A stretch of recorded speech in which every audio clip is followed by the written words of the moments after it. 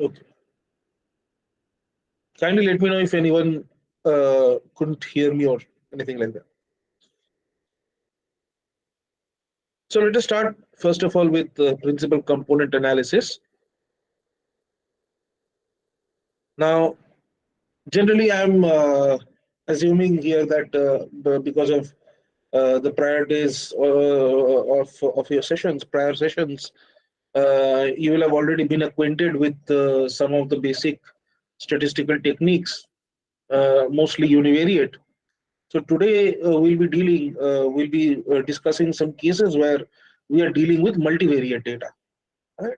So first of all, multivariate data. Before we get into what PCA is and how PCA works, let us delve a little deep into multivariate data and how the structure of multivariate data actually is. So in univariate data, you have, let's say, uh, one particular variable that you're, let's say, collecting from various sources, or rather, from various sources, you're collecting one specific metric, or even, let's say, in case of time series data, you're collecting one specific metric from one place or from one source at various time points. In case of multivariate data, however, when we are talking about it, we are not only taking one aspect or one variable from each and every source. So from each source or each observation, we have more than one variable. So let's say, for example, univariate data would be something like, let's say I get into a classroom and I check the weight of all the students in the classroom, and then I record all those weights. That is univariate data. The same thing, if I go to a classroom, pick out each and every student, take their weight and their height, right? That becomes bivariate data. Because for each student, I'll be collecting their weight and their heights. Uh, Additionally, if I take even more, let's say I get into a classroom, I record the height and weight of each student, plus let's say I check the blood pressure of each student. Then in that case, I have the height, weight, and blood pressure, all three of them for all the students. So in that case, that becomes trivariate data, and so on and so forth.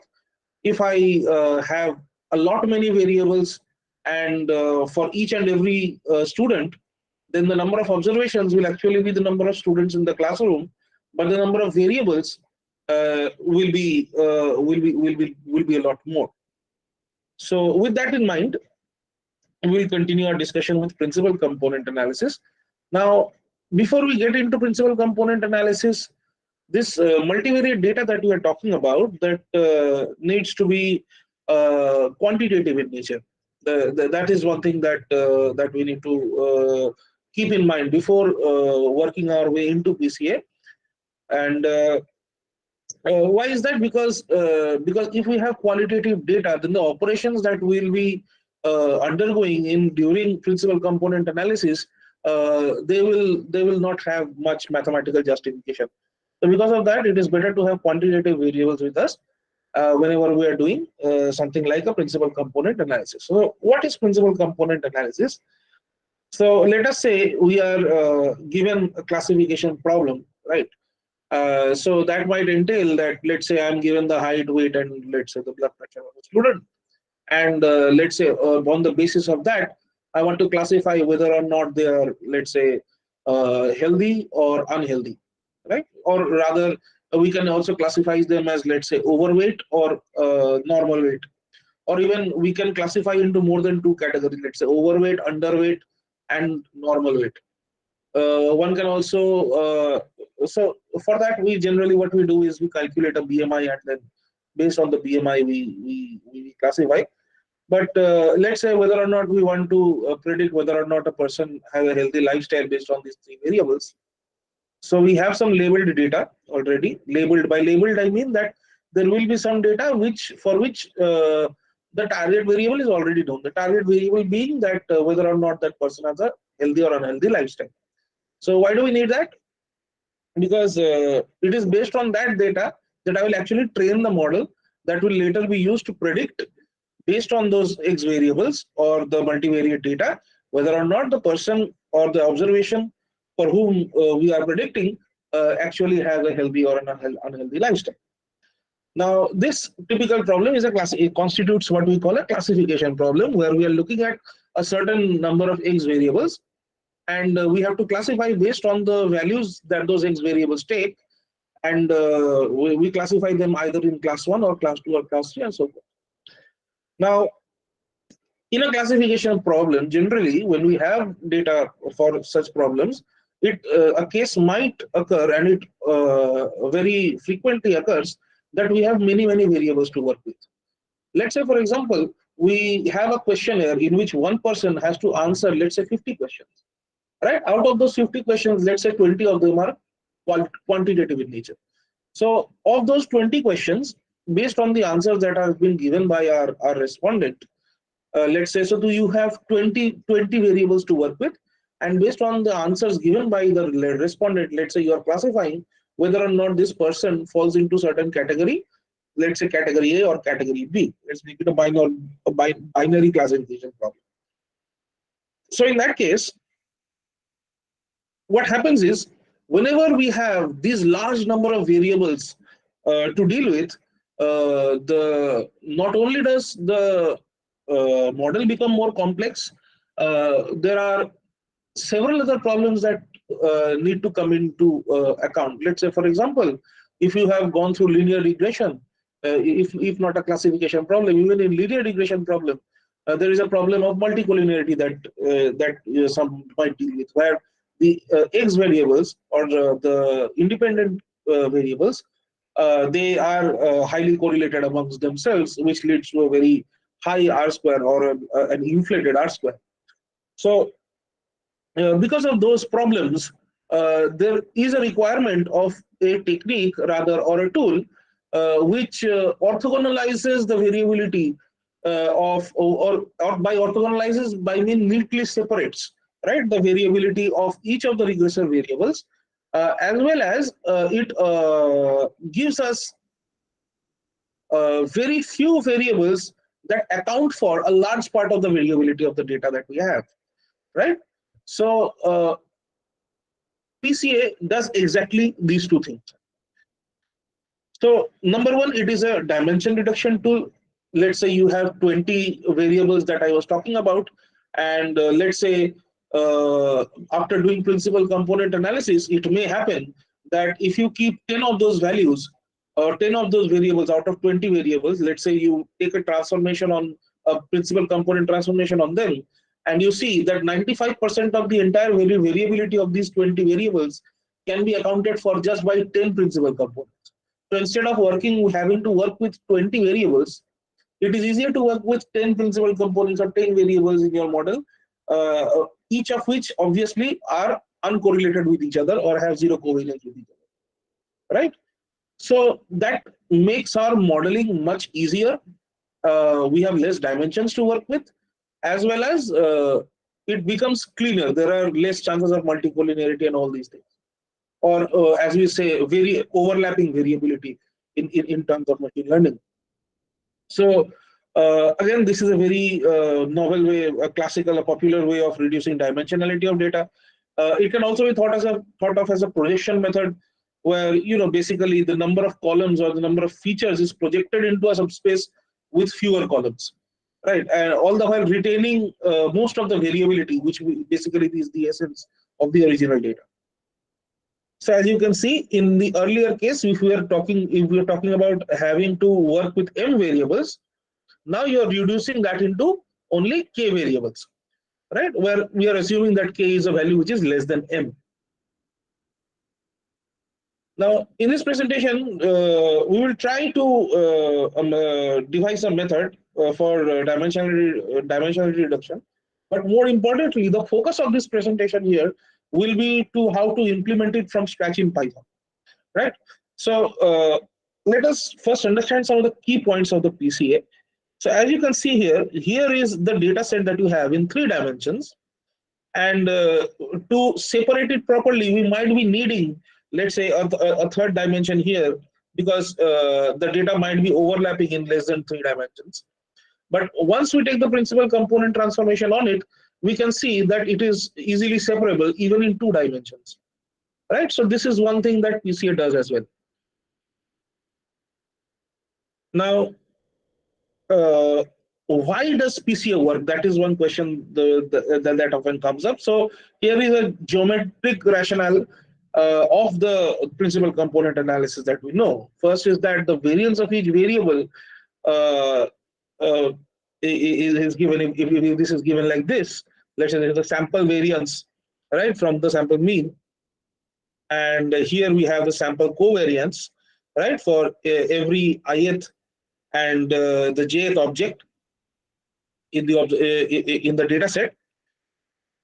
Now, the objective of PCA is to rigidly rotate the axis of this m-dimensional space into new positions. So, as you can see here from these from the diagrams given here, that in the three-dimensional space we could have seen a bit of linearity heading between first and second principal component, right? Which means that for uh, every additional value of, let's say, the first variable, the the first principal component can be seen as a simple plane on which the projections of these three-dimensional objects can be made. Now, if we take this line and invert it out as a sheet, we can see that this looks something like this, where for every value of the first principal component, right, the second principal component takes almost the same value, right? So, which means that they are almost uncorrelated in that way. But here, as you can see, that the first principal component and the second principal component, they're orthogonal to each other, as judged by these crossing lines, right? So these are basically hyperplanes on which the projection of the data points are taken. Okay. Now, uh, as we discussed, we'll be trying to implement. We'll be trying to spend more and more time in Python because obviously PCA as a mathematical construct is actually very easy to get. So the first thing that we do, let me get into the mathematics of it before I explain this. What we generally do, the manually in PCA, is that we tend to take either the covariance matrix or the correlation matrix of the data that we have, and then we obtain the eigenvalues and the eigenvectors of those matrix. We take a spectral decomposition of it, and we simply make a matrix out of the eigenvectors, right? And obviously, assuming that it is always a positive definite matrix, the sample covariance matrix or the correlation matrix, whichever one we have, and based on that, we then simply post multiply that the matrix obtained from the eigenvectors or obtained by joining the eigenvectors column by column, and we post multiply it with the data matrix that we have, and that results in basically the matrix of principal components. So it is nothing but a simple linear transformation, an orthogonal linear transformation on the original x variables. And obviously, because you are post multiplying it with a p cross p matrix, which is basically assuming that if you have p number of variables working with, then you end up with another p cross n cross p data matrix, which means for p variables, you will be getting p principal components. Now, instead of having to take all p of these principal components, where does this dimensional reduction start? It starts when you are only taking a subset of these p principal components, which is enough for your analysis. So let's say if I am dividing it up, if I am, let's say, taking this transformation, so for p variables, you have p principal components, but let's say the first 3 or 4 principal components are enough to cover 99, let's say 90% of the variability. So in that case, if you forego the 10% of the variability for 3 variables or 3 principal components, you get 90% of the variability of the data set, which is quite a good bargain. Okay, we will talk about how to decide how many number of uh, principal components to take. We'll discuss that while we're doing our demo. But firstly, let us look at this. So this is a Boston dataset that is already given in the sklearn library, right? Now, the question here is how to visualize the data. So here we can reduce the dimensions of the data using PCA and then visualize. So as you can see, this is the number of crimes, let's say per 10,000, and here you have the zone, right? And here are the names of some of those zones. And I mean, the number of these are all names of various penal codes. I mean, the crimes, and then you have the age, then you have the district, and all these things. So first, what do we do is we load the data set, right, from the sklearn.datasets library, this module, and we import load Boston command from this. And after we do this, we can simply put it as a data frame, right? And X will be the training data points, Y will be obviously the target data points. And here we are looking at the training data, the head of the training data, which is the first 5 rows of the X. Now, this is a very common practice whenever we are doing PCA, is that we tend to uh, standardize the data, or basically scale the data in such a way that all the variables are scaled, are on the same scale. So why do we do that? The problem is that PCA is very much affected by scales, right? So if you have variables, let's say we have 3 variables, one is income, one is weight, and one is height, right? So let's say income you are measuring in, let's say, dollars. So let's say if you are measuring annual income of a person, and if you're measuring it in, let's say, rupees, or in dollars, let's say rupees. So an annual income of a person can be anywhere from between, let's say, 1 lakh, from 50,000 to 1 lakh to, let's say, even 10 lakh, 20 lakh, 1 crore even, right? So there a lot of area or spread has to be covered. Uh, as opposed to, let's say, if you are measuring the heights in, let's say, meters. So maximum to maximum the range will be from 1.2 meters, or from 1 meter to 2 meters, right? So the variability isn't that far if we are measuring height in meters and we are measuring annual income in rupees, right? So somewhere down the line, there needs to be an optimal scale, so that because what happens is, later on, because the income variable is varying so much, most of the variability will be actually skewed towards that variable. So what happens is, later on when this transformation is taking place, a lot of the variability, or a lot of the loadings of the principal components will be dominated by that particular variable, which might affect the interpretation later on. We will come to what loadings are and how to interpret them when we do our demonstration. But that is the thing. Basically, we do not want the variability or the excess variability of one particular variable to cloud over the variability of the other variables in a particular principal component, right? So for that, a standard scalar the module is also there in sklearn library, which we can use, and it scales the data to a scale of zero, mean, and unit variance, right? So this is basically what does is x minus mean by sigma. That's what it does. Okay, x minus mu upon sigma. Instead of mu, it takes x bar, and instead of sigma upon root n, it simply takes a square upon square root of it. So that's what it does. And now, yes, so here first of all, what do we do? In this Boston's data set, there are obviously feature names, right? And so we store that as names. So what was this Boston data set? This was actually the dictionary data. Okay. When we do the load Boston, this is actually more of a list type of data, or a what we call a dictionary type of data. Within this dictionary, you have a data which is Boston underscore dataset dot data. You have a target, you have feature names, you have feature names, and all these things, right? And we call the feature names as names. And here we want to see the output of what are all the columns named as, and what is the shape. By shape we mean the dimensionality of the data, which means how many rows and how many columns. So here, as we can see, these are the column names in the data. We have printed it using these two commands, and this is the shape of the sample data, which is essentially the dimensions: 506 rows and 13 columns. So as you can see, we have 13 different variables here, and as we have seen from the head of the data, all of them are quantitative in nature.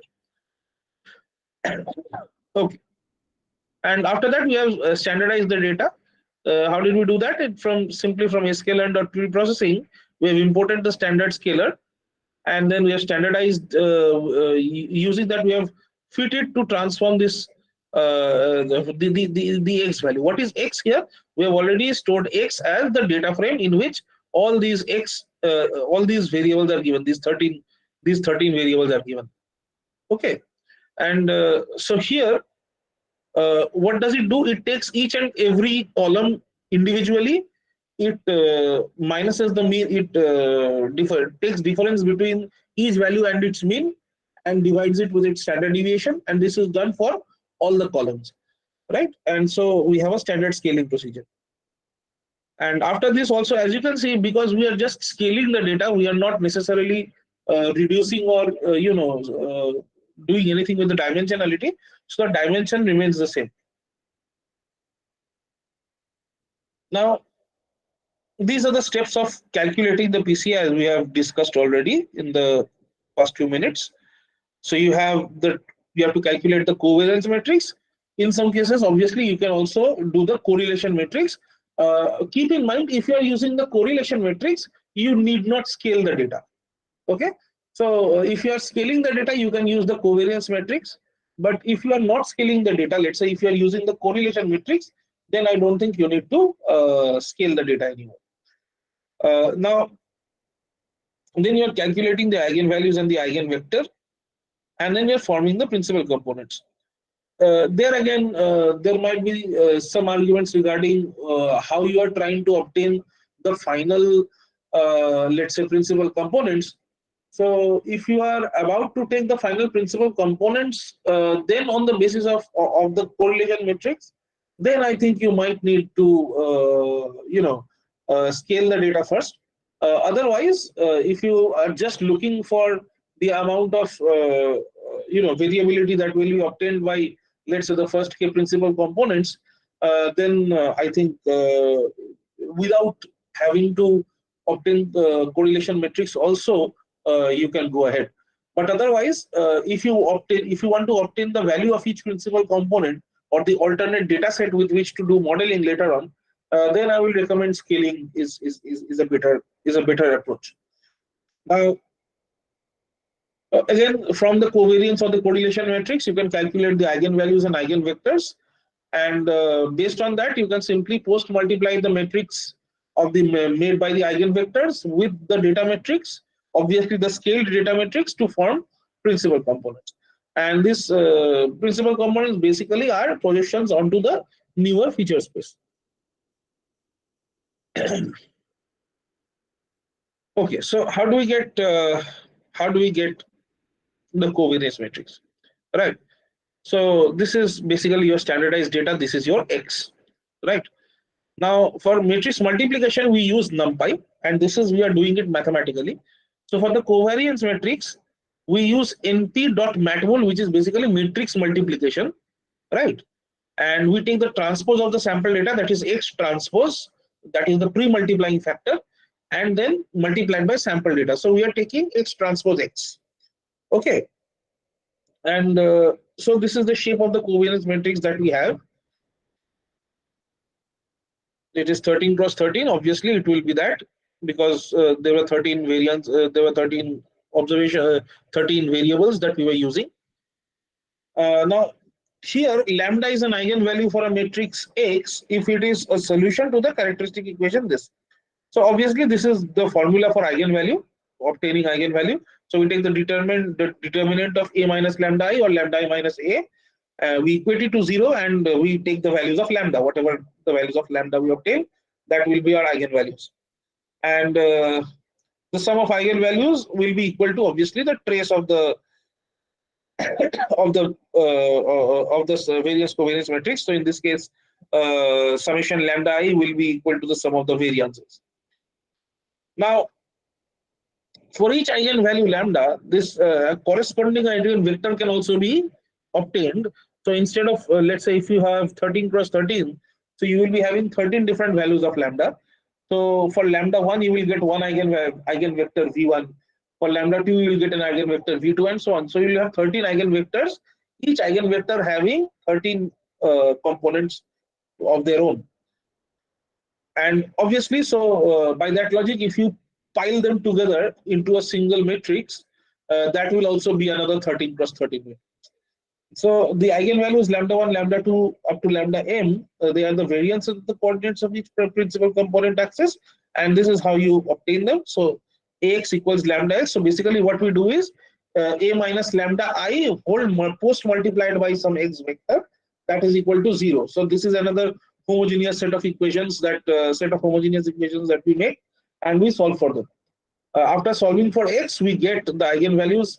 So for different values of lambda, in this case, there are 13 different values of lambda. So we'll be getting 13 different values. Right? One second.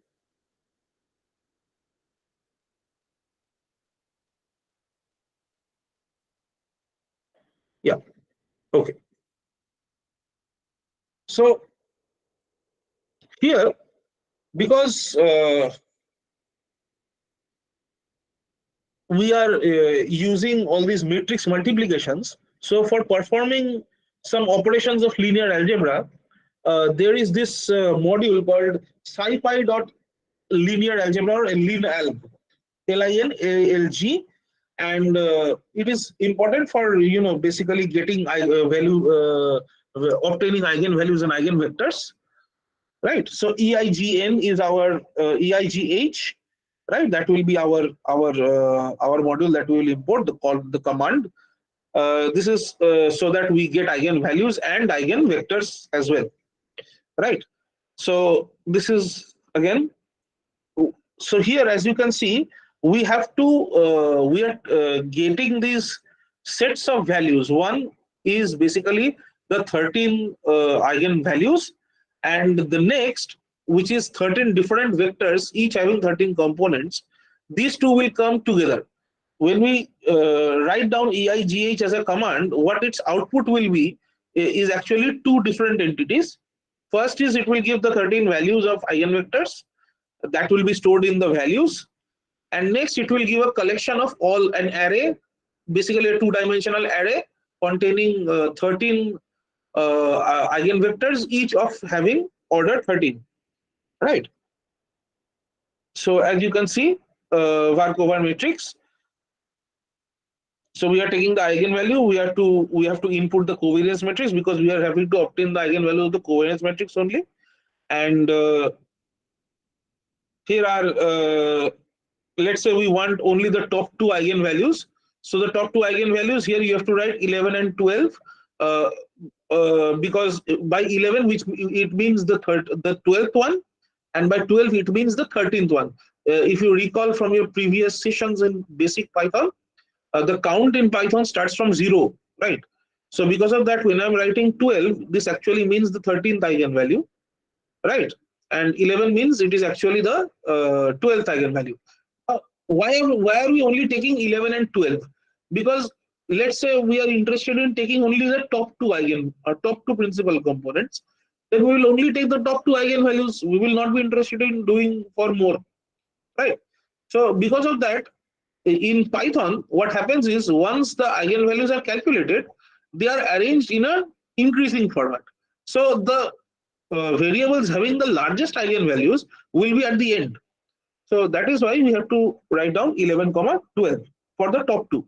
If you, let's say, wanted the top three, then you have to write 10, 11, 12, right? That is because you have 13 variables. If you had 14 variables, you would have written 11, 12, 13, right? Now, after this, so we are storing the eigenvectors in this under this name vectors. And what have we done is we have tried to show the shape of the eigenvectors. So the shape of the eigenvectors is basically 13, 2, as we can see here, right? And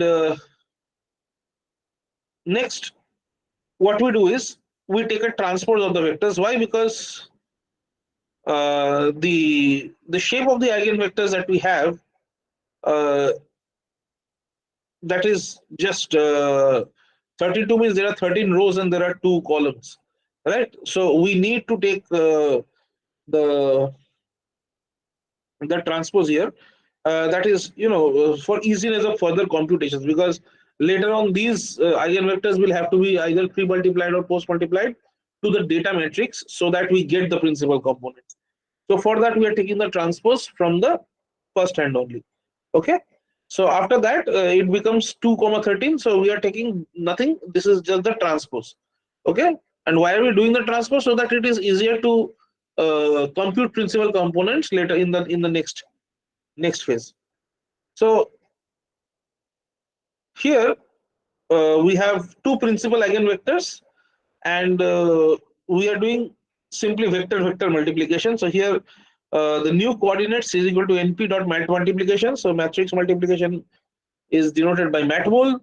Then you have the vectors, right? Obviously, you need two vectors that you need to multiply, and you also need the sample data that we had, right? So again, by shape, what do we mean? By the dimensionality of the data. That's all we need. Here we have the dimensionality of the sample data, right? And this is the number of dimensions of the new coordinates, right? So as we can see, the resultant new data points is shape. It will be 2 cross 506. So you will have two, in this case, principal components. Each of the principal component will have 506 values each, right? Now, let's say I am to create a data frame having the first and the second principal component, right? So whenever we had these new coordinates, right, we can simply transpose it and get it into another, the long format. So that's exactly what they've done here. The new coordinates they have taken as np.matmul vectors, and for the sample data they have taken a transpose over it. So earlier this was not a transpose. Now you are taking a transpose on it. Okay. Earlier what happened was we had taken the transpose on the vectors themselves. Okay. And right now after that we are taking the transpose on the sample data. So more or less the thing remains unchanged. Now here what we printed the resultant new points data shape. The data points is shape, and then we enter the vector shape, and here we have the example data shape. Okay. So once we do that, you will see that 2 cross 13 and 13 cross 506. So you had one data set which was having 2 rows and 13 columns. Next, we had 13 rows, 506 columns, and that resulted in 2 rows and 506 columns. Right? Because 13 is the one that was equal. So there was a scope for mathematical multiplication in that regard. However, it is wiser to take uh,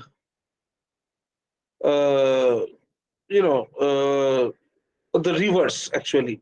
So instead of taking 2,506, they could have easily taken 506,2 because that notation is consistent with the general convention. Now, what to do? So now we have the new coordinates. So what to do to that new coordinate? We have to append that label to the second projected data, right? After that,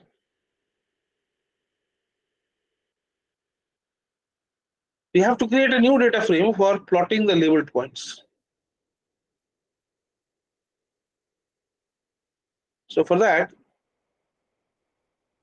we use this command data frame equals pd.dataframe. Again, you need to download the pandas library and import it as pd, okay, for this to execute.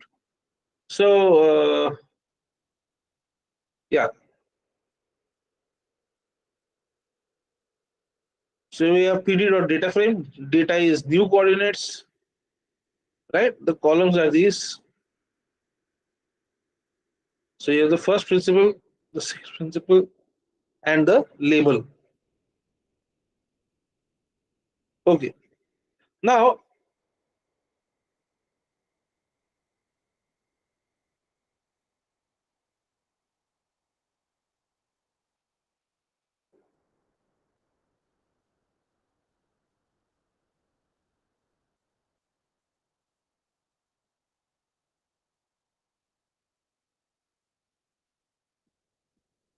Hmm.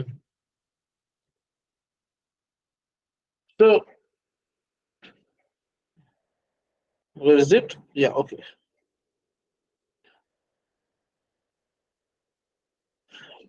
So here we are forming the data frame.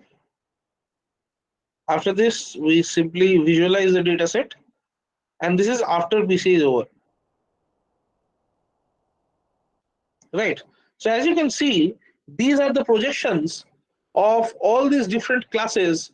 Different classes here have been labeled differently, right? That there is pink is one, blue is one, green is one, orange is one, and so on, red is one. So there are so many colors here, but we are struck still with in just two dimensions, right? So this is the projection of the entire dimension of the entire data set in two dimensions. If you need more dimensions, you need even more drawings from different angles, right? So here are the steps for PCA. We first standardize the data, we calculate the covariance of the correlation matrix, then we find the eigenvalues and eigenvectors of the covariance matrix or the correlation matrix, whichever you have. And then lastly, we plot the eigenvectors or principal components over the scale data. Right. So this is one assessment that we can do. We can play a little quiz, right? So as you can see, firstly, it's a true or false question: is whether PCA can be used for projecting and visualizing data in lower dimensions as well. Well, actually, PCA can do it. It depends on the statistician whether they want to do it or not. So it can be done, but it won't be too meaningful, right? Because when you have lower amount of data or lower number of features or variables to work with, there is a much simpler explanation of the whatever analysis you're doing, and let's say it is more conducive for gaining insight from data. But again, if only separation is, let's say, the motivation here, or motivation being just orthogonalizing the variability, or just uh, in this way, in this case, let's say, linearizing, right? In some sense. So if that is the aim, then maybe fine. But otherwise, in lower dimensions, generally PCA should not be used.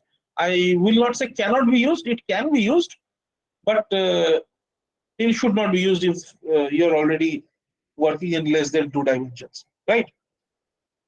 Okay. Now we can apply PCA on an image data set. Yes, yes, that can be done. That has been done many ways. In fact, one of the key aspects of image processing or image data processing is dimensionality reduction. Uh, PCA can be done there. However, you need a very, very, very large number of images for the data set to be so that PCA can work there. Otherwise, what happens is in PCA there is another requirement. The requirement is such that the number of observations cannot be less than the number of variables that we have. Right? It has to be either equal or more. So otherwise, what happens is the various covariance matrix that we obtain, that becomes singular in some sense. X becomes singular, and because of that, in fact, the PCA basically cannot be done. Basically cannot be done. So for that, we generally do singular value decomposition instead of principal component analysis whenever that is the case. But that is the basic thing. So image data set, yes, PC can work on it, but it would require a large number of images, right? Uh, Again, this is a rampant problem of dimension reduction in image data sets. It is because often when we are working with high resolution images, so there are generally very high number of pixels there. And in order to visualize the image as a data set, we often take one single pixel as a trivariate data set in which For every pixel, there is an R value, a G value, and a B value, right? So for every pixel, you have three different values. And how many pixels are there in a full HD image? There are 1920 times 1080 such pixels. That multiplied by 3, this is the total number of just columns you will have to work with, just columns. So you can think that if the number of pictures or the number of training examples in your case is not sufficiently high enough, then the n less than p problem will arise, and in that case, PCA might not be possible. But in any other way, yes, PCA can be applied on an image dataset. So this is also true. The third is PCA. They asked whether PCA is based on variance maximization and distance minimization. So have we done that? Have we done variance maximization and distance minimization? Well, in some cases, it can be done. We will discuss this even more at length in our next segment on factor analysis, where we will see rotation. Right there, I think variance maximization is already something, but it is basically how you rotate the factors that plays the important role in that. But otherwise, in PCA, distance minimization is essentially not a problem, right? It is more of a defense distance maximization type can be used, not minimization of distance. So in that case, maybe this is false. Next,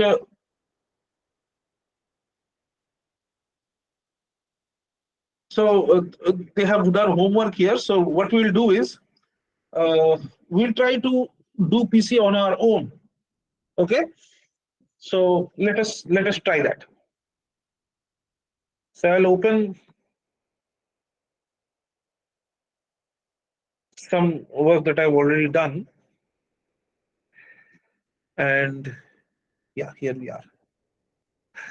So in your Python kernel itself, I hope everybody already has.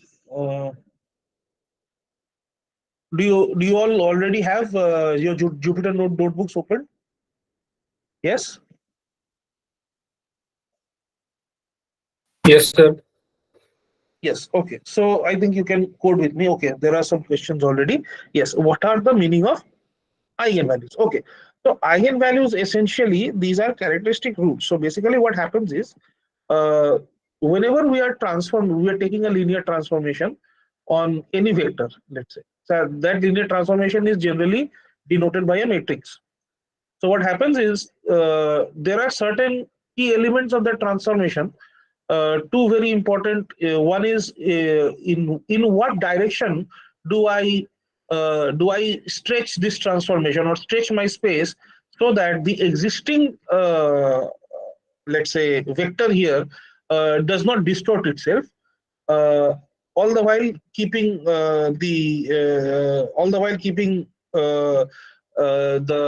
let's say the vector the position of the vector unchanged. So that is essentially mathematically or geometrically that is how an eigenvalue is generally explained. In our in statistics generally, eigenvalue is basically the amount of unique variance that can be attributed to one single variable that is given by the eigenvalue, right? The complete separation of particular variability from the entire data set towards just one component, right? So let's say you have okay, let us try one thing. Let me show you one thing.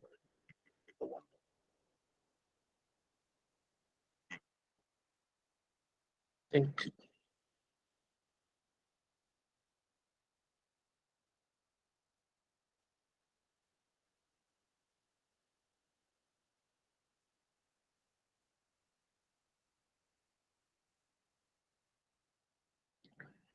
Yeah, okay. Yeah.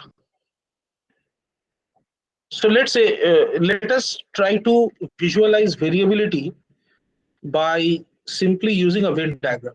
Okay. So let's say this is the entire variability of your data set. Okay. Now, generally what happens is, yeah, okay. Generally what happens is that uh, some variability, let's say this is the variability by x1 variable. Let's say this is the variance, amount of variance done given by x2 variable. Let me let me color this. This is x2, and let's say this is x1. Let's say this is x3. Okay. Okay.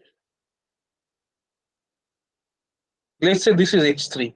Now, as you can see, whenever I'm drawing x3 here, there is a little bit of overlap in variance here. Let me just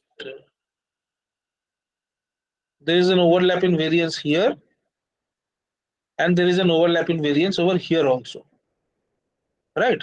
So this shaded region that I was talking to you about, let me use another, let me use pink color here. Yeah. So this pink area, as you can see, this is the amount of variability that is shared by these variables, right? This is the covariance. Okay.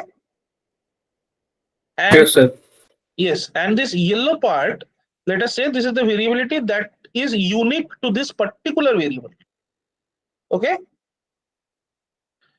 So whenever we are trying to, let's say these are the three variables that we have, and let's say the fourth variable is somewhere here. Let's say this is the fourth variable that we have. Let's say this is the fourth variable. So as you can see, the entire variability has been covered by these four variables, but there is a lot of overlap. Hai. There is an overlap of this also. There is an overlap here. This is the overlap between x4 and x2. This is the overlap between x4 and x1. This is the overlap between x4 and x3. Only this much portion. Let me draw it with the green color here. Yeah, only this much portion is the variability that x4 has for itself. It is not overlapping with any other that of any other variable. Right. Now the objective of PCA here is to simply take this data set and transform this into something like this.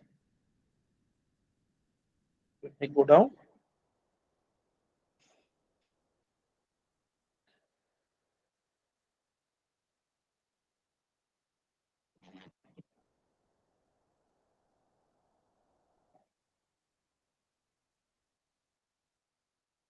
My mistake.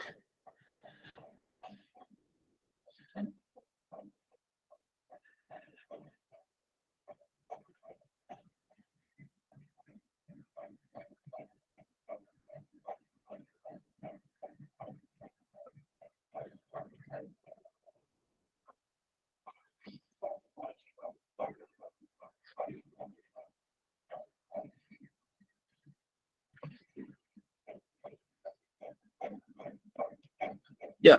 So as you can see,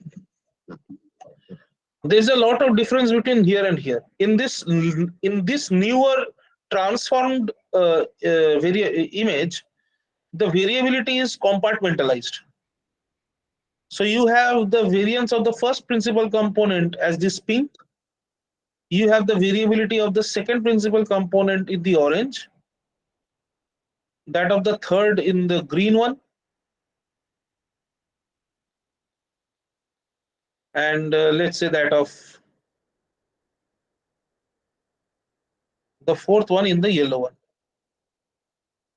Okay. So here there is no overlap. They are orthogonal in nature, right? So obviously the covariance between them will be zero. Now, obviously, because these are principal components, these individually do not actually refer to the original variable themselves, but they are combinations of these original variables. So within this principal component number one, there exists some bit of variable one, there exists some bit of variable two, there exists some bit of a variable 3 and variable 4 also. Okay, some variability of all the 4 variables are already included in here. Am I able to make you understand this?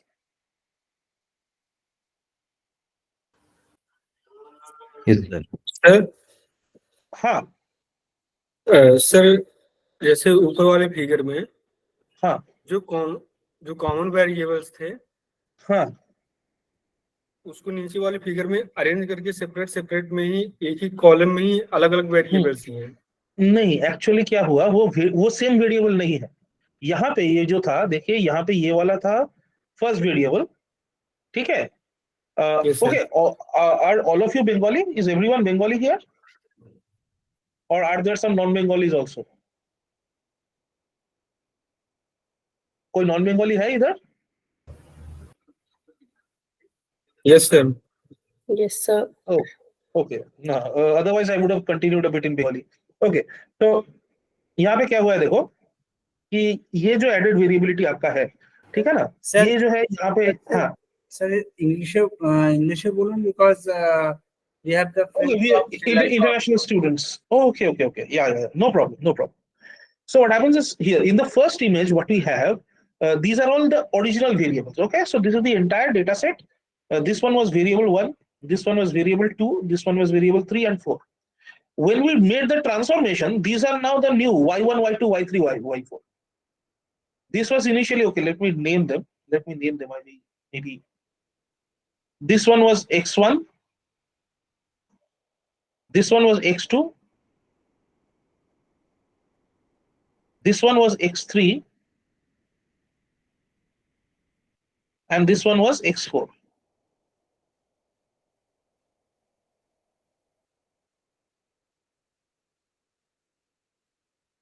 Okay, so because there was a lot of overlap, there was a requirement to take a transformation such that the newly transformed variables y1, y2, y3, and y4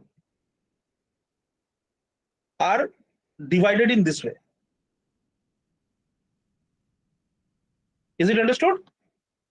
Yes, sir. Yes. Now, obviously, because these are not the original x1, x2, x3, x4, there will be within y1 itself, there is some bit of x1, some variability of x1 is there in y1, some variability of x2 is also there in y1. Okay, because how is this made? This is basically made by all these only. So inside y1 there are elements of or variability of x1, x2, x3, and x4. These are what we call principal component loadings. Okay. Okay, sir. Similarly, even y2 has some contribution from x1. Y2 also has some contribution from x2, from x3 and x4. Okay. Same for y3 and same for y4.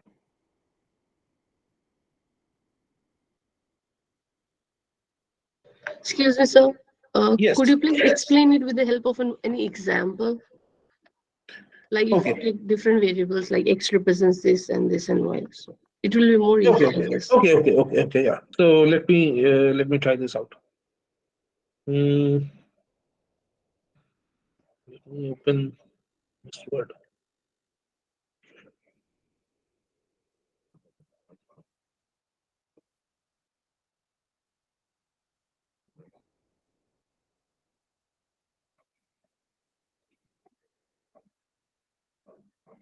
Okay, so let us say we have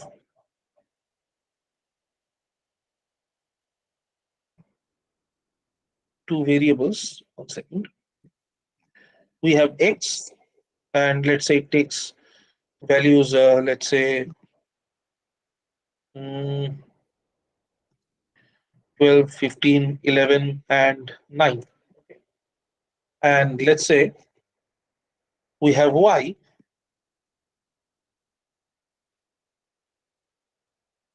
which takes, let's say, 12, 27.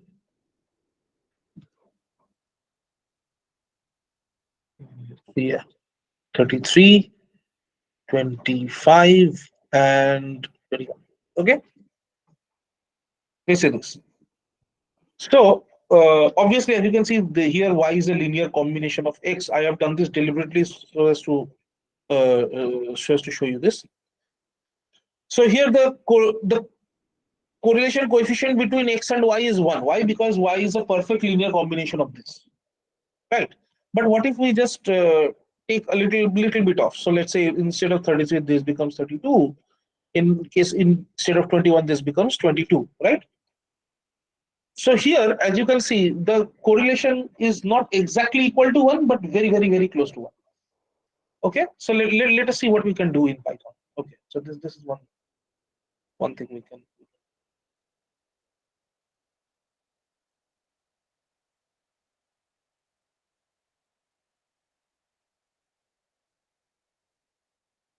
Okay, so here we have some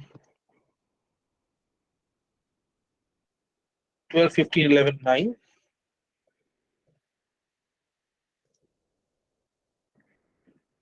And here we have y, 27,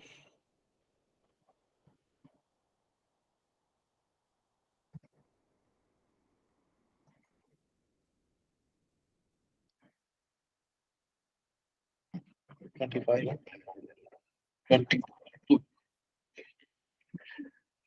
So we can,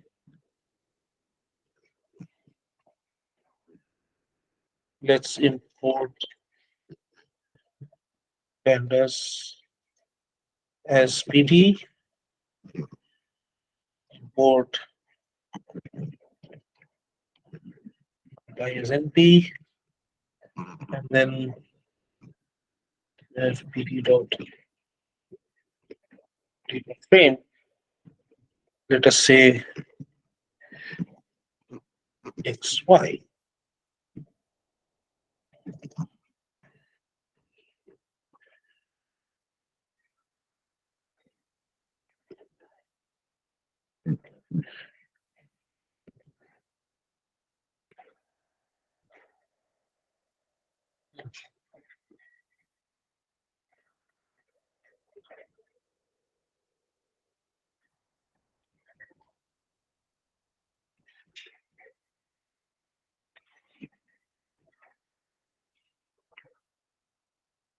Next area.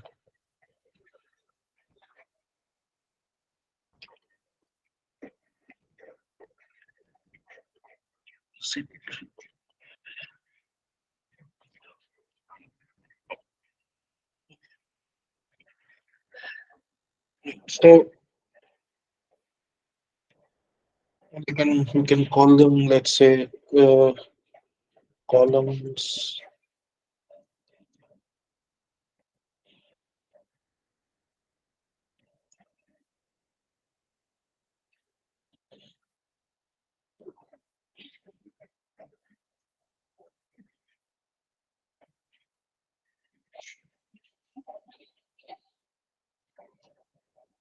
Now let us say we want to compute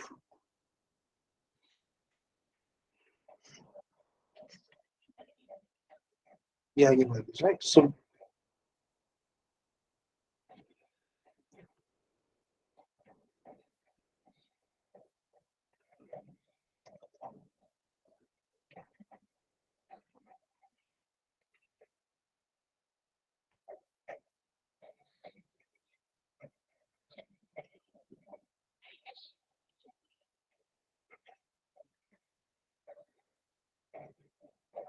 let's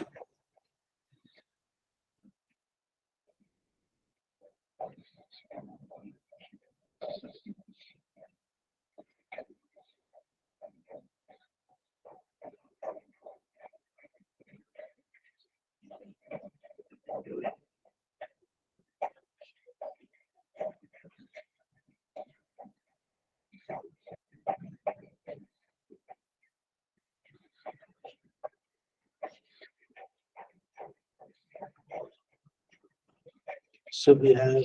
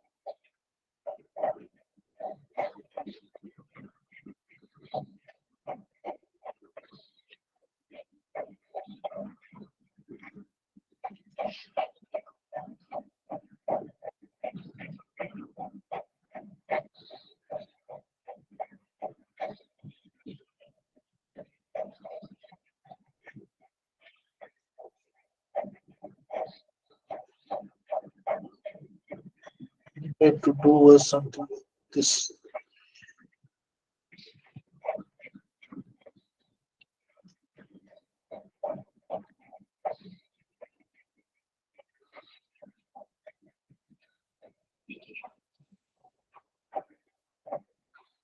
Hmm.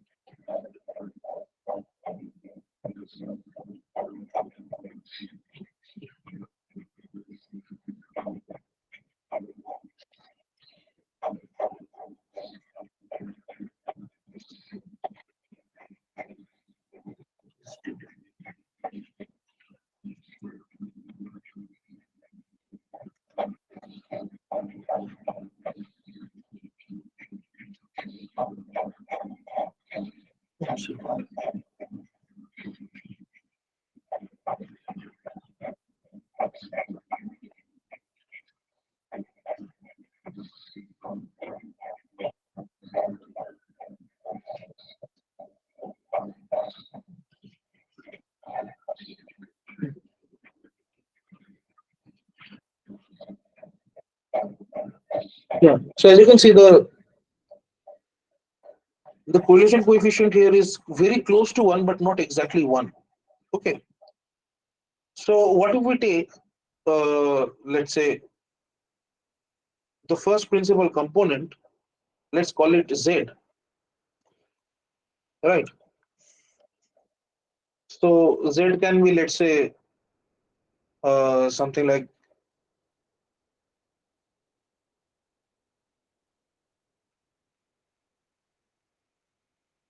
let's see a scattered product. That will also help.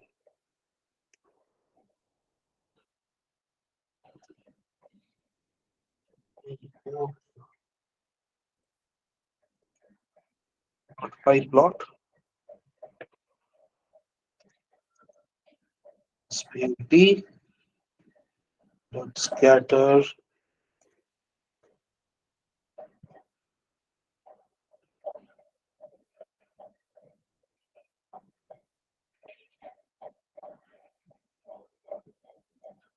Right. So as you can see, they're forming a straight line here. So in one principal component, if I can do both X and Y, it will look something like Z is equal to uh,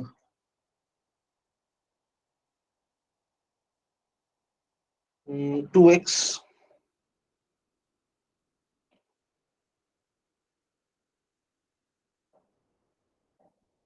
minus Y, right?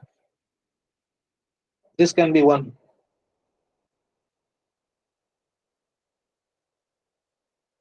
And the second can be, let's say, let's call this Z1. The second one has to be completely, completely different as compared to Z1. It has to have zero correlation with Z1, right? Or very little correlation with Z1, as close to zero as possible. So that can be, let's say, if something like this. So for that, we need to see the variance covariance matrix. So if this is the correlation coefficient, and then we need the variances.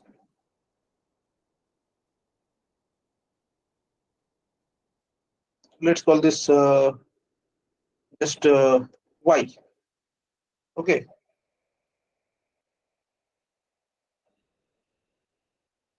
So you have z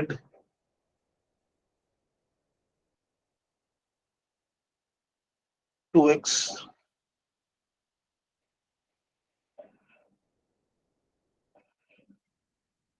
y.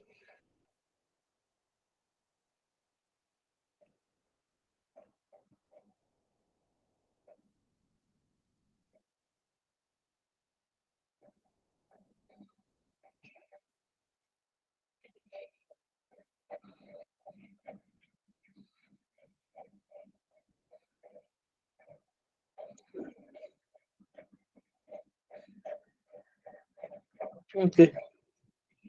Here np dot array.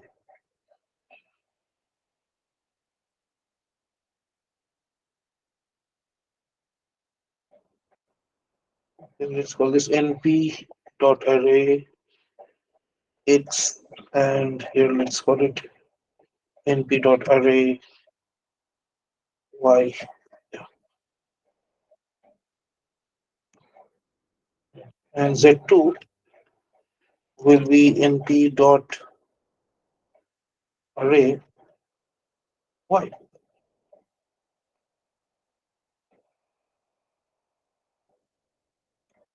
So I have z1, which looks something like this, and I have z2, which looks something like this. Okay. So let us try to see if the correlation coefficient between Z1 and Z2 is to some extent the same. So what I'll do is I'll simply write it down here. So instead of X, I'll write Z1.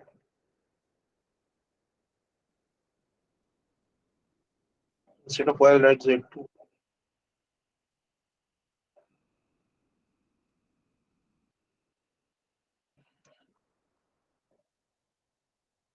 So this is also coming out to be very high.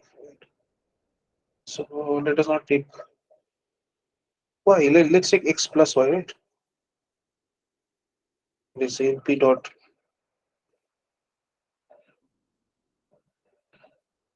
array.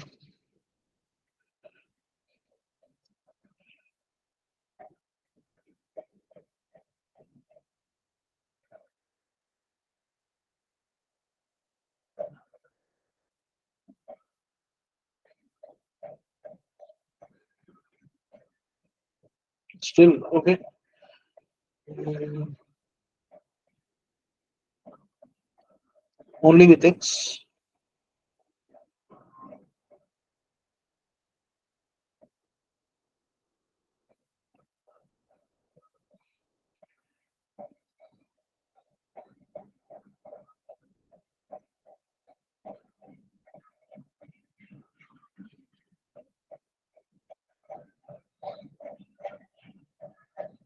Hmm.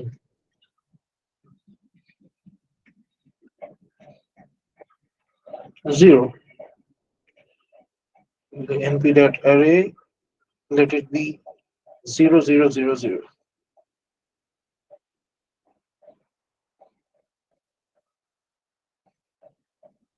Or let's say 1 1 1. Yeah.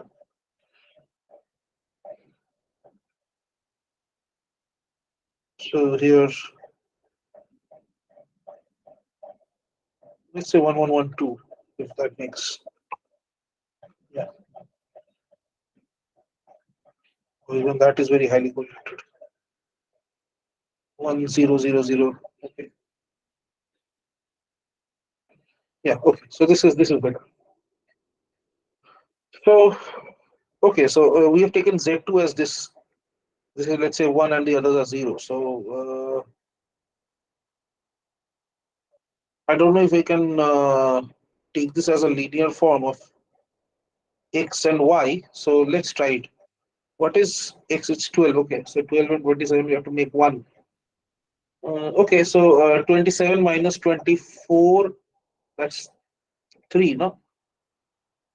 Okay. Okay. Basically, whatever you will do, it will be very, the second principal component will be completely flat, something like this, right? The first principal component will take up most of the variability, and the first principal component itself, Z1, is very large, as you can say, right? So basically, the correlation coefficient between Z1 and Z2 needs to be very like 0, and even if you take, let's say, 1010, something like that, will it be something? Yeah, I think I think this can happen. Something or the other.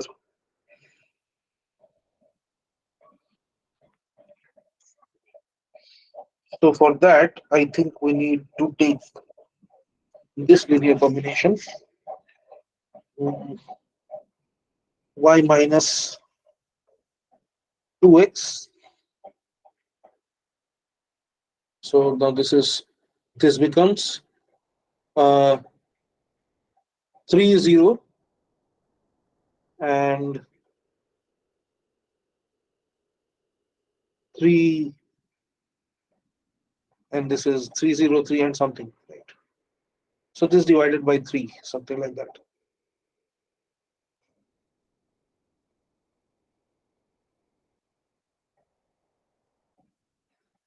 So this will become 0. This will become 2 by 3.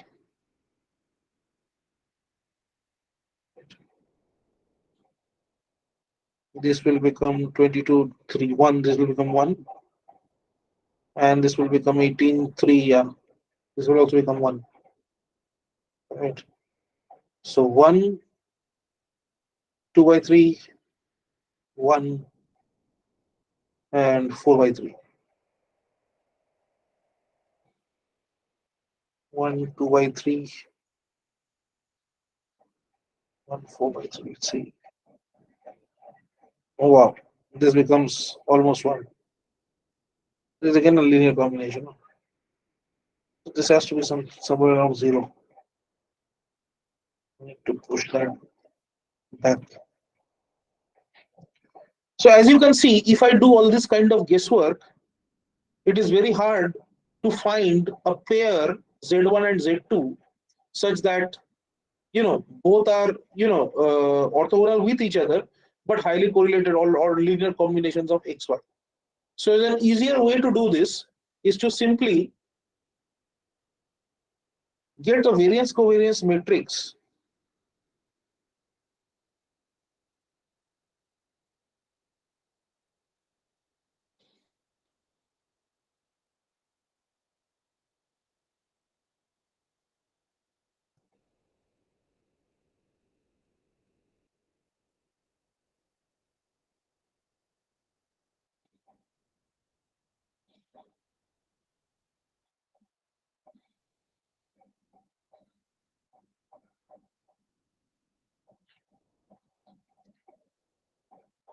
Yeah, ANP.CO with this gives you a variance covariance matrix. So once I have this variance covariance matrix, now I can do the eigen analysis, and then based on that, just on the basis of those eigen vectors, I can simply get a simple these such linear combinations. And that is actually why the eigenvalue, coming back to the question again, that is actually where the eigenvalue is important, because using those eigenvalues only I can extract such linear combinations for which those Z1 and Z2 will be less correlated with each other, but each of them will be a linear combination of XY. Okay, so let us try that. So maybe I think we can improve with that. Okay, let us improve on that. Where is,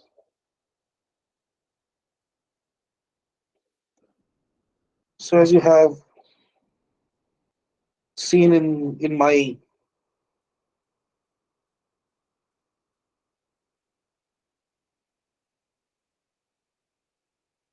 yeah, okay, so now we already have a covariance matrix, right? So based on this covariance matrix, now what we will do is we will simply take the eigenvalue. For this we'll have sci-pi dot linear algebra. So from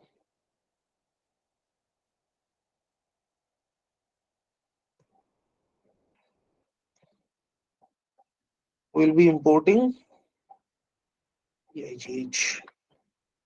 Okay, and here we simply will use this EIGH command for the covariance matrix, right? So EIGH, let us say I'll use this direct command here.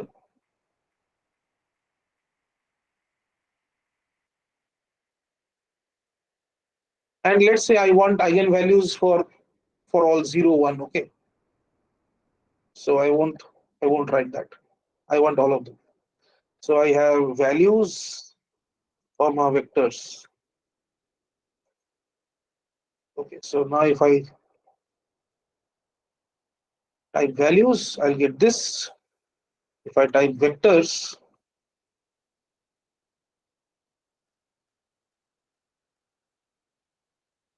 right, these are my eigenvectors. Okay, so once I have the eigenvectors, now I will simply take these eigenvectors, and based on these eigenvectors, I will simply multiply the data set that I have. In this case, it is this data frame that I have, this data frame of X and Y, right?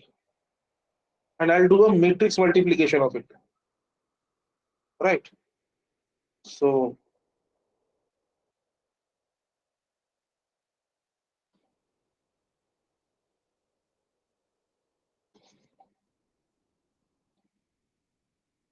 NP dot matrix multiplication between, so first it has to be our X and Y, so we zip X and Y, and we do it with vectors.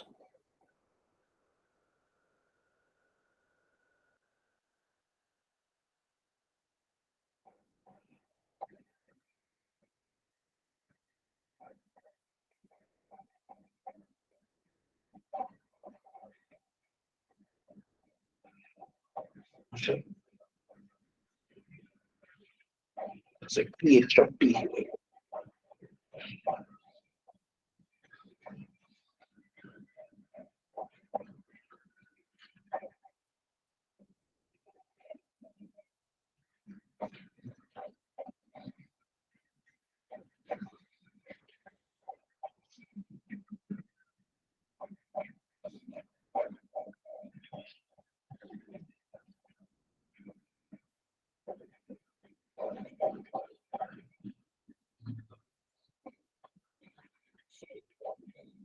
Let's see what this goes.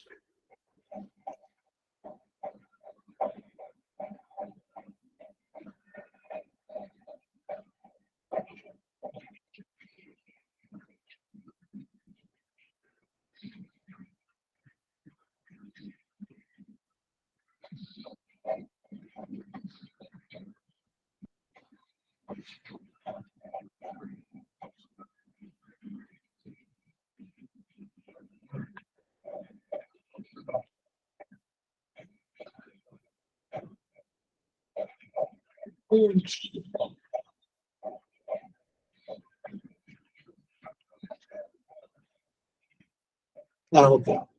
So to take the transpose, yeah. So now that we have done this, these are what we call the pairs that we are looking for, right? So this, as you can see, 3.48166333, 3.4604486, 3.321582, 3.50. This is the first principal component. And the second principal component is your 29.34 to 35.17, 27.11, and 23.50. So now let us take this somewhere, okay? Let us take this somewhere. So let us write down Z1.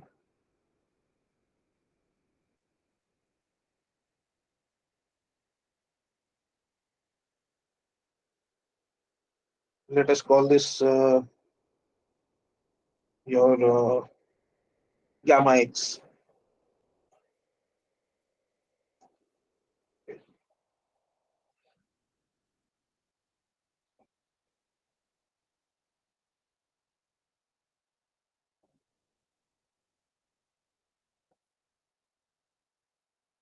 I only want the rows, right? There are two columns, right? So I don't want, I want all the rows and I want column 0.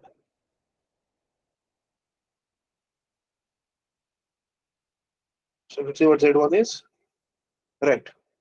Similarly, Z2, gamma X, okay?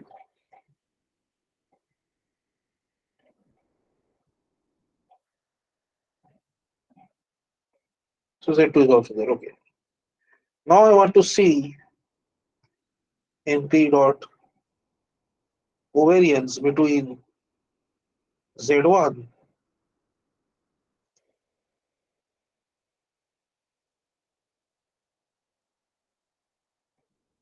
and Z2, okay. So this is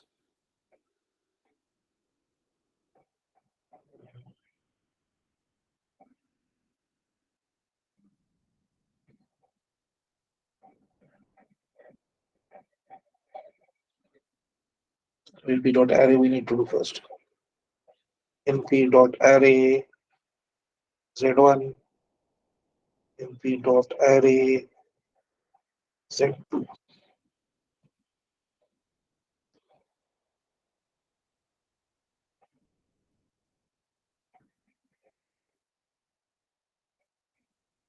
Whatever.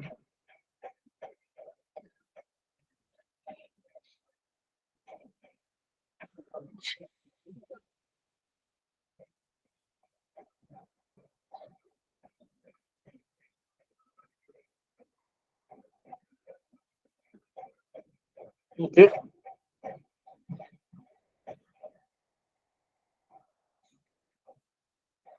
Why are there so many? 1, 2, 3, 4, 5, 6, 7, 8.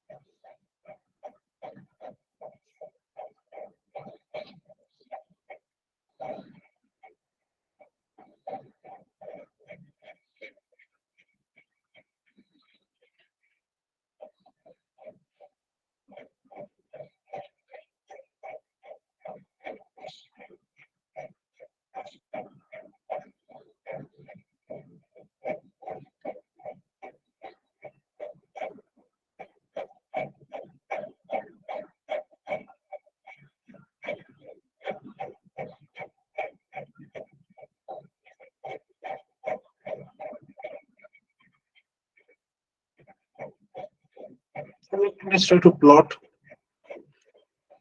PLT dot scatter Z1, Z2.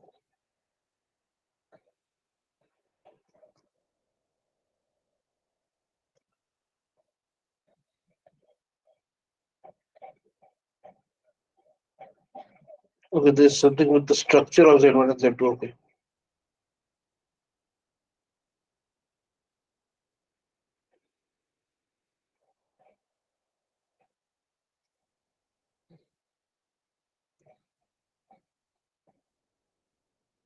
Hmm. Yeah.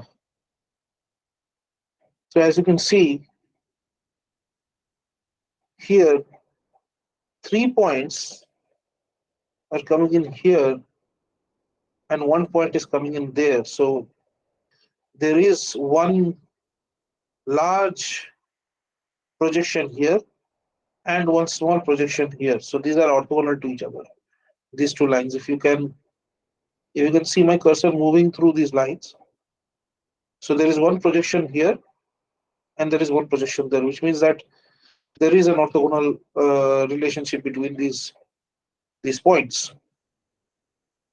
I don't know why I can't do this with the. Let me try again with the covariance.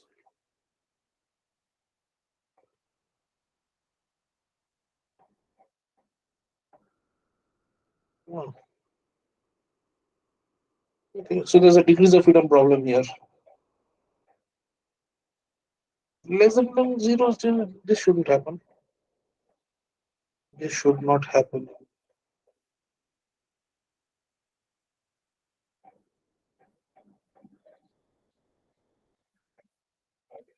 Okay.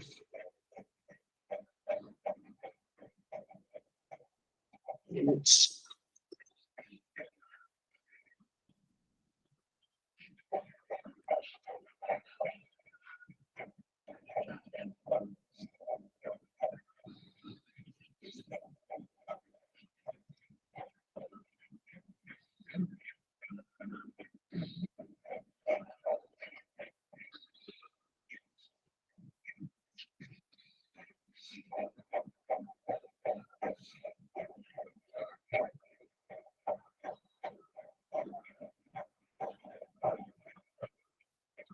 okay, let's try to see the variance is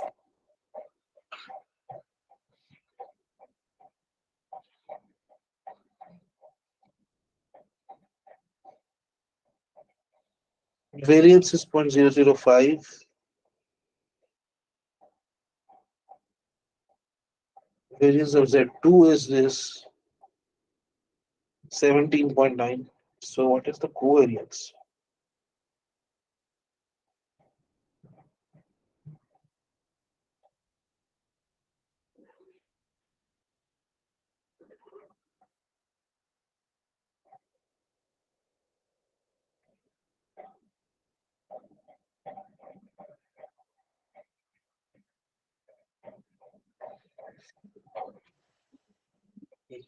Okay, let's try this. Here what we did, let's do the same thing.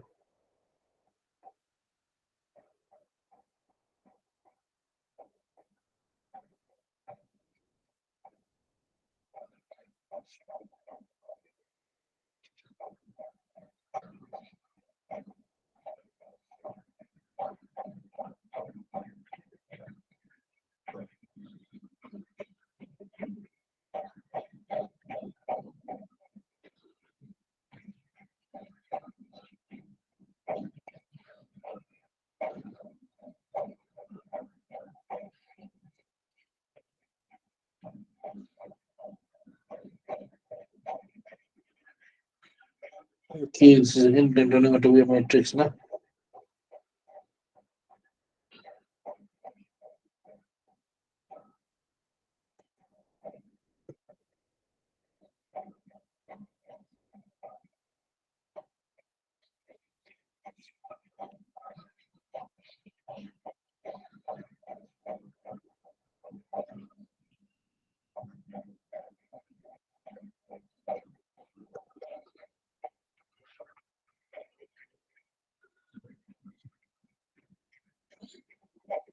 Okay, let me change the shape.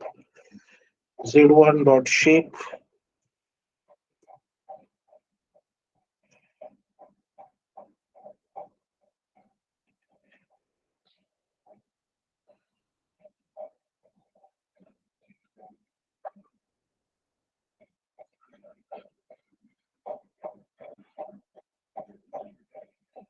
Hmm.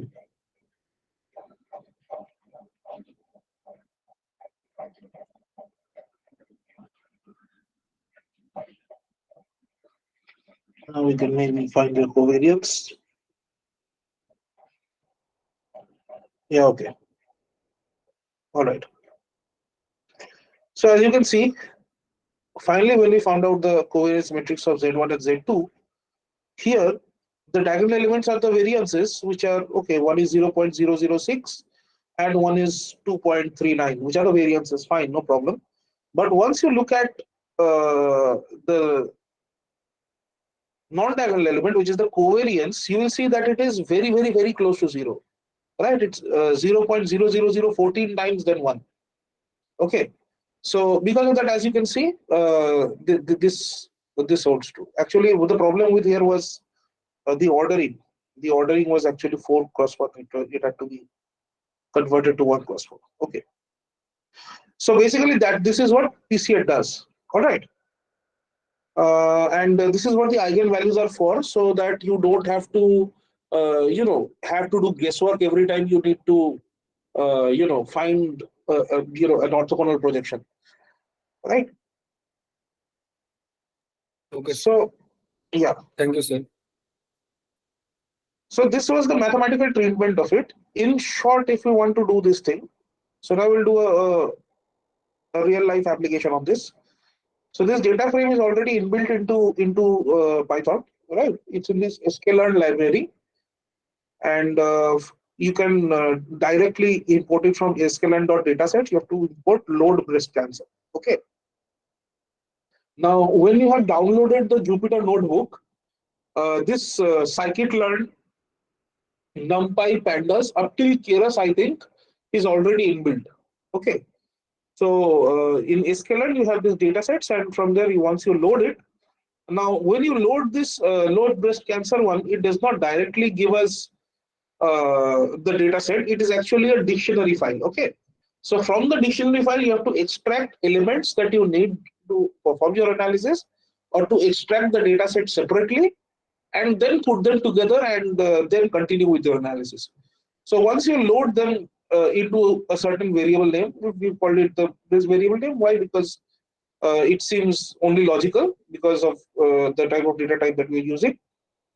And whenever you are using dot, we are actually going into this load breast cancer file, which is this dictionary file. And from within this dictionary file, we are extracting the data, right? And we are storing it at breast_data. And from this data file, we are also extracting the shape, right? So from the shape, we can see there are 569 observations, right? And 30 variables.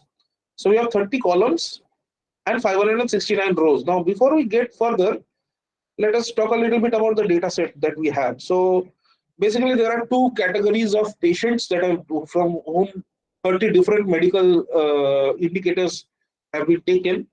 So 2 classes are there: malignant class and the benign class. So the malignant class, there are 212 observations of subjects from whom data have been taken. Those are malignant cases, and from 357 benign cases, the rest of the data has been taken. So it has 30 features shared across all classes, from radius to texture to perimeter to area to smoothness to fractal dimension and many other variables, right? So here again, as you can see, you're working with 30 different variables. So obviously, some variable will be highly correlated with the other variable, and that again might affect your analysis. There are also certain variables that might, that may have a lot of shared variability with a lot of other variables, and putting them in the model, including them in the model, and later on trying to interpret the output might become a little problematic, or rather complex on one's part. So hence, we first have to reduce the number of variables, so that number one, we can either select a smaller subset of variables from this, or to extract principal components such that in a very few number of variables or a very few number of principal components, I can actually make a model which processes fast, predicts faster, and the interpretation is also not hampered. So once this is done, then what do? Is we also need a target variable, because later on, if we want to build a model out of it, let's say after the PCA, obviously we would want to build a, let's say, a classification model out of it. So for that, the target variable, you can keep it separated as breast underscore labels, and obviously because it has only one column, so it has 569 length only, right? So because it is a one-dimensional object, it has only one left-hand side, which is rows. It does not have columns, right? It has only one column. Now, you have to import NumPy. Why? Because you will have to concatenate this breast labels with the breast data. Why? Because you have to make a data frame also. So you have to reshape the breast labels as 569 to 1, and you will name them as labels. After that, we will concatenate this data labels, and we'll do it along the second axis, which is actually your column axis, and the final shape of the array will be 569 cross 31, 30 for the x variables and 1 for the class variable or y. Okay, and next we will import the pandas to create the data frame of the final data to represent the data in a tabular fashion. So here again, we have imported pandas, and all of this is basically pre-processing. Okay, so once the pre-processing is done, so which is quite a lot. I mean, we have also given the names, each and every name to each and every variable that we have. We have taken from the mother file, and then we have input those into our data frame. And as you can see, the original labels are in the 0-1 format. So we need to change the labels to benign and malignant, right? And we use the replace function for that.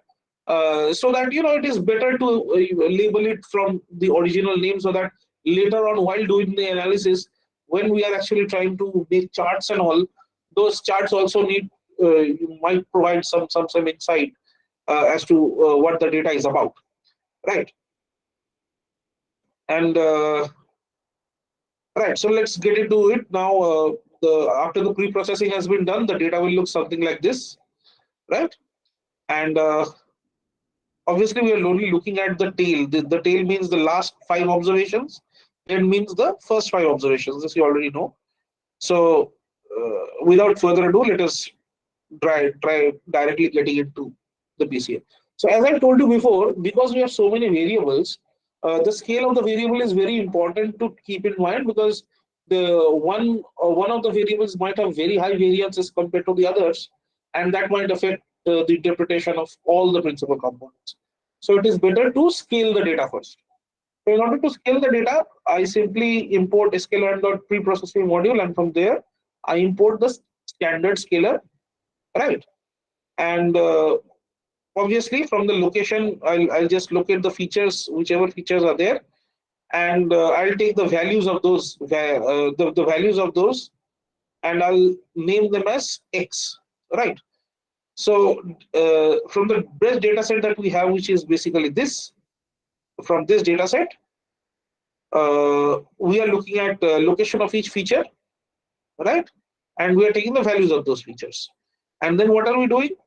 We are putting this X through a scalar, right? So basically, what will it do? It will take every feature, it will take a standardization transformation over it, and then go to the next column, or it will do this over all the columns or all the features in the data set. If you have to keep in mind, feature means in this case all the columns. Okay.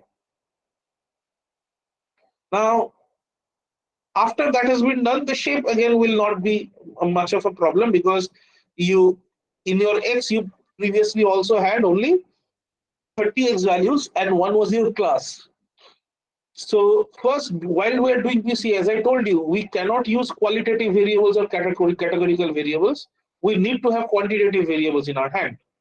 So because of that, when we are doing PCA, we are not including the Y or the class variable into our analysis. Let it be separate, no problem.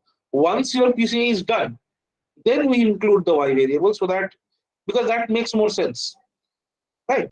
Because if we don't want to reduce Y, no. we want y to be separate because later on the model has to be between the obtained principal component and the y.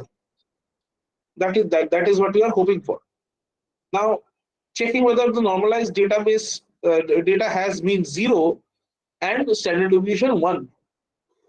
So you simply call the mean and the standard deviation, and you see that the mean here is pretty close to 0. E minus 16 means minus 6 multiplied by 10 raised to minus 16, which is minus 0.00015 times then 611. So it is pretty close to 0. And we have a standard deviation of 1, which is actually quite good. So fine. Now, because our x has been scaled so well, now we will convert the normalized features into a tabular format, right?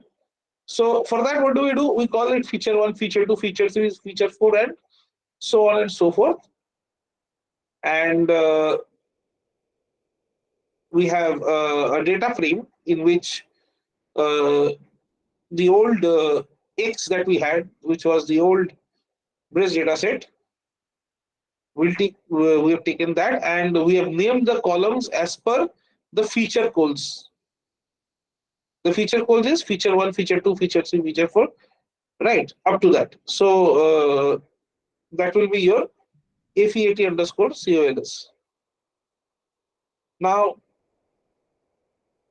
in this normalized breast data, we also looked at the tail of this data, what it represents, so that you can give us a very, let's say, good picture of what we might have to do later on.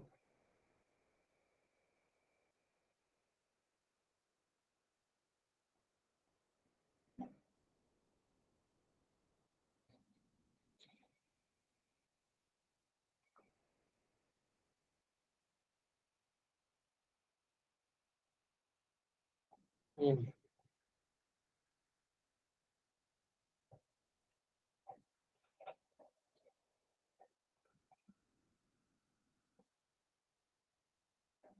The wrist has a true shape.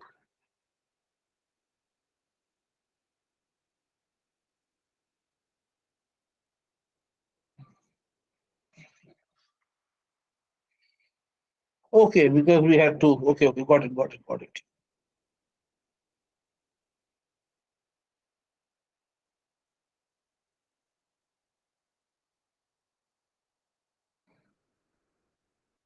Yeah, okay. So here is the data after the scaling has been done, right? And after this, here we will talk about how to know how many principal components to take. Okay. So firstly, let us looking at it from a very modest standpoint. Let us make this quick decision that let's say we will keep only two components. Okay, n components. Number of components we'll take. We limit it to two. Let's say. Then in that case, when you call the PCA command, and how do you call it? You import the sklearn.decomposition module, and from that module you import PCA. Now, when you're importing PCA, then in that case, whenever you're calling PCA, you need to see that there is an argument called m components, n underscore components. All right. Now, so if we define that n components as let's say 2 or 3 or 4, right? So it will keep only those components and it will, let's say, scrap out the other ones. So based on that, then you take a transform. And here we create a data frame that will have the principal component values for all the 569 samples. So here, this is what we did.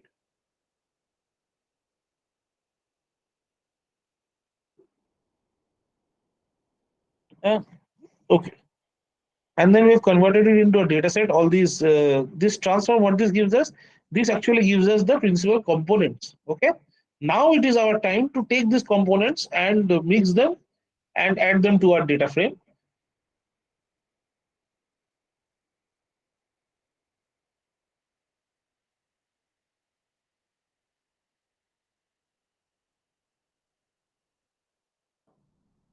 Right. So as you can see in this data frame, our data we have already is the principal components, base data, and then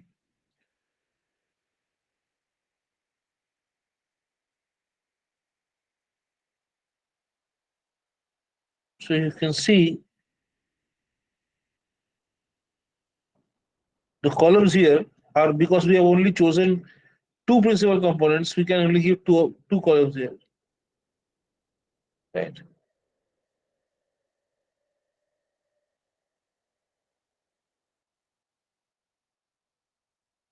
Okay.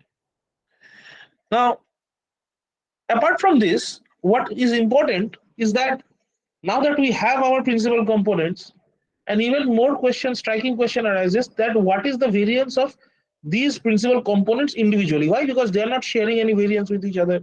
They are orthogonal. Then individually, the amount of variance that they are, taking up, that can be a very good indicator, right, of how much important they are for later on analysis or later on modeling. So obviously, you want to take the variable which, let's say explains most of the explains most of the variability in a data set, right? So the larger the better. So in this case,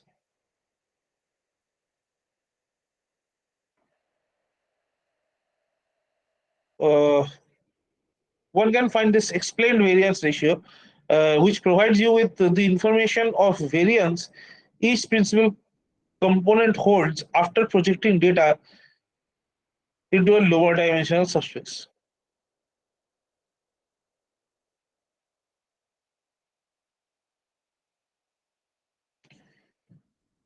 Yes. So essentially, you can achieve the same thing with your eigenvalues. So what happens is instead of uh, doing this one right now, what we've done, you can obviously is it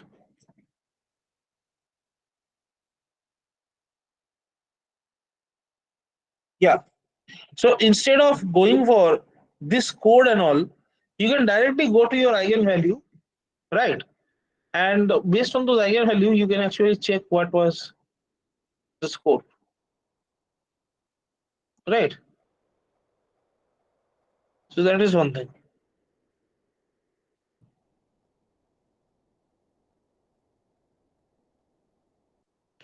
So now that the above output has been taken care of,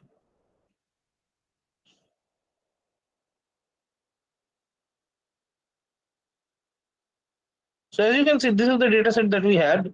So there were two classes, the benign class and the malignant class. And among these classes, as you can see, uh,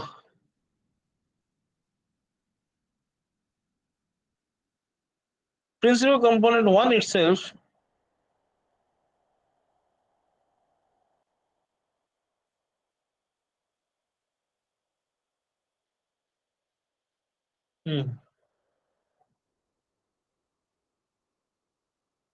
okay.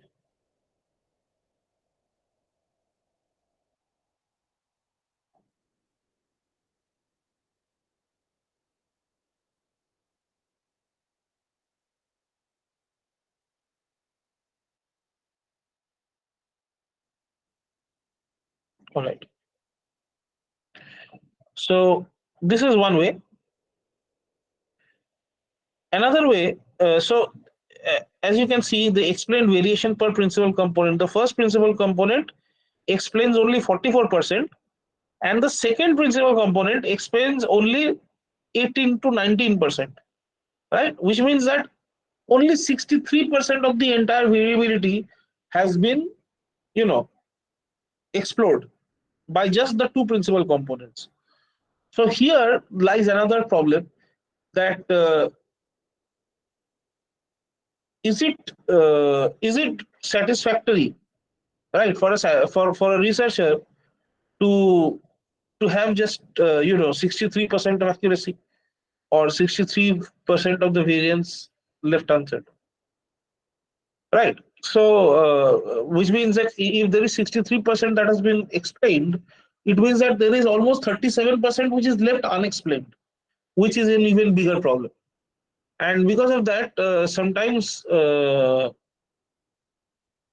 what happens is we need to take more and more components. So instead of having to do with two, we might need 4 or 5 components or 6 components. Again, as you can see, the choice itself is not that easy. So because of that, there are certain methods or criteria on the basis of which you can judge whether to do it or not in that case. One of them is this case where you just check whether the eigenvalue is going below 1 or not. Okay, so if ever something like this happens, that your eigenvalue is showing less than 1, right? So it was greater than 1 in the first eigenvalue, greater than 1 in the second eigenvalue, greater than 3rd in the, let's say, 3rd eigenvalue, and so on. And after, let's say, after some days, then these after some time, these eigenvalues start taking values less than 1. So in SPSS software, this kind of criteria is used, where they only take the number of principal components for which the value of the eigenvalues are greater than 1. But in many other cases, that is not what is done. We generally take values where either we are satisfied with the amount of variability we have, or we are satisfied with the number of principal components we want to take. So in this case, we have told the computer that this is the number of components I want, and so they have given us only 2, and they have also showed us that only 63%, around 60 to 63% of the variability only is expected. If you're happy with that, then okay. If you're not happy with that, then in that case we might need to look at some other criteria. The other criteria, however,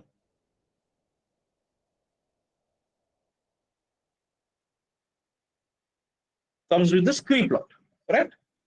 Now the scree plot, what is the rule here? The rule here is the rule of the elbow.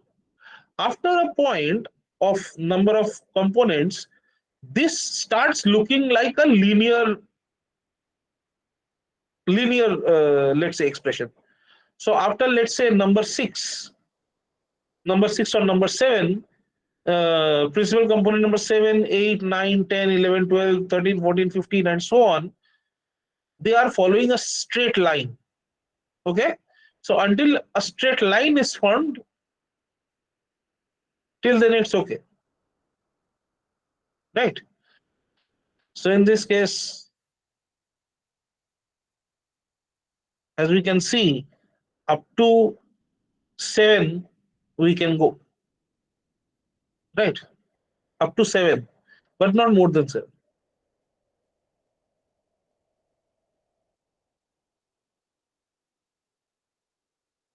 Now let us look at the third case. In the third scenario, let's say I want 90% of the variability.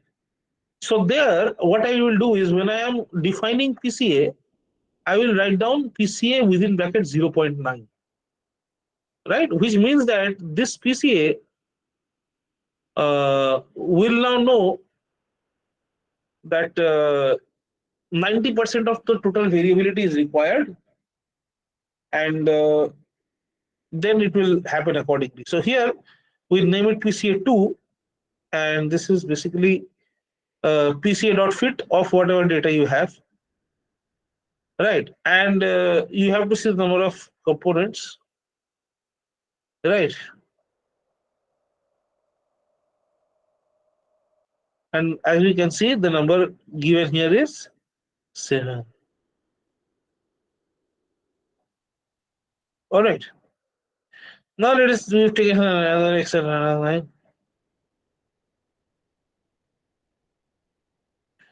Okay. Now let us take. Okay, so this we've already done, right? Okay, this is already done.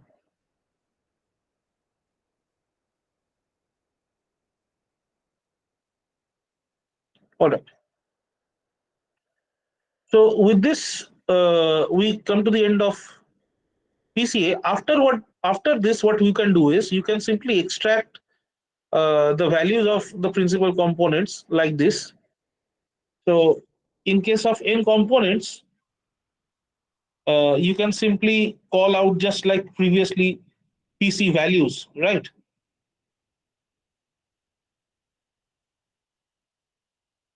Here, in this case, the way you had done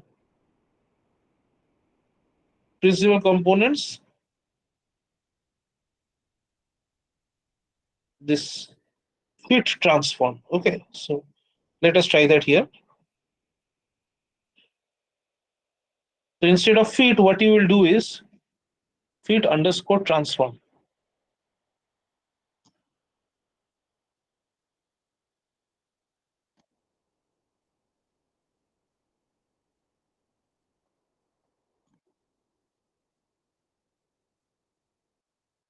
So this is an array that you have. Let us call it as an np dot.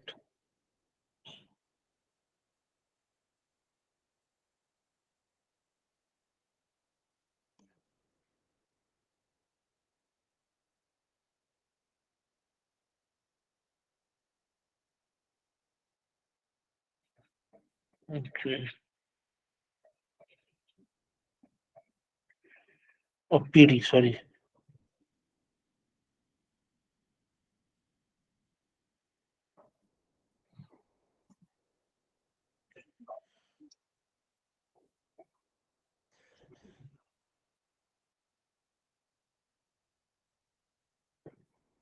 Yeah.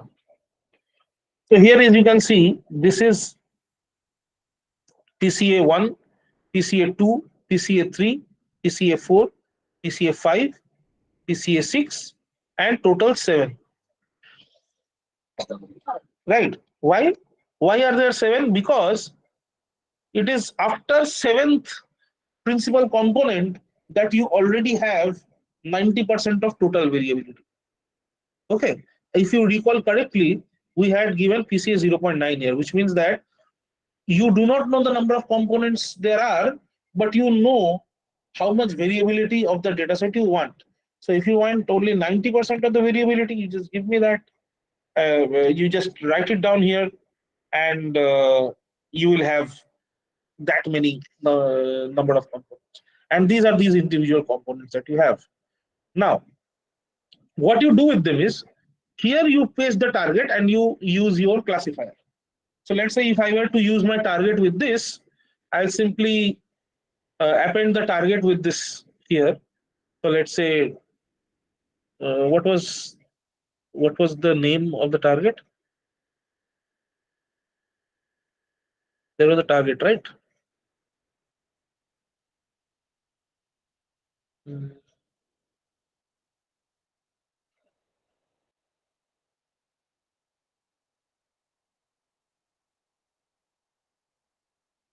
Breast labels. So you will have breast labels alongside here, right? And based on that, then you can split it into a training set and a testing set, and then you can use any classifier you want. You can use let's say some kind of time base. You can use k nearest neighbors, SVMs, neural networks, whatever you want.